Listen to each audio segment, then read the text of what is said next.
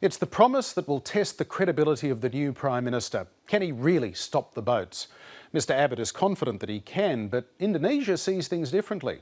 We in the parliaments fully support what was said by our foreign ministers, that we will fully reject the policy. Mr Yahya is talking about turning back the boats in international waters. It might be legal in your perspective, but in our perspective, it might be a different story. And just to be clear, it's illegal. Well, Mr Yahya is right. It's illegal to pick up boats in international waters, but that's not the Australian government's policy. Details about how Mr Abbott plans to turn the boats back are sketchy, but one phrase in the Operation Sovereign Borders policy is instructive. Operation Relax.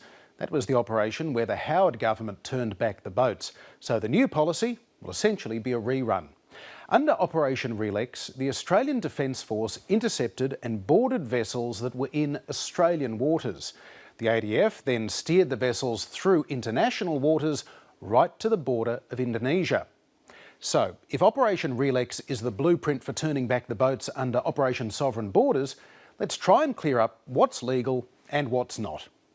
Australia can only stop boats in international waters if they're in distress or in breach of international conventions, things like carrying weapons of mass destruction, or if Australia has an agreement with the country where the boat is registered. Otherwise, Australia can only legally pick up the boats once they enter our waters, 24 nautical miles around Australian territory, and that includes Christmas Island. Now, once Australia has picked up the asylum boats, where exactly can we turn them back to? Here's what we know. The boats can't be taken into Indonesian territorial waters without permission. That's the same 24 nautical miles around their entire archipelago.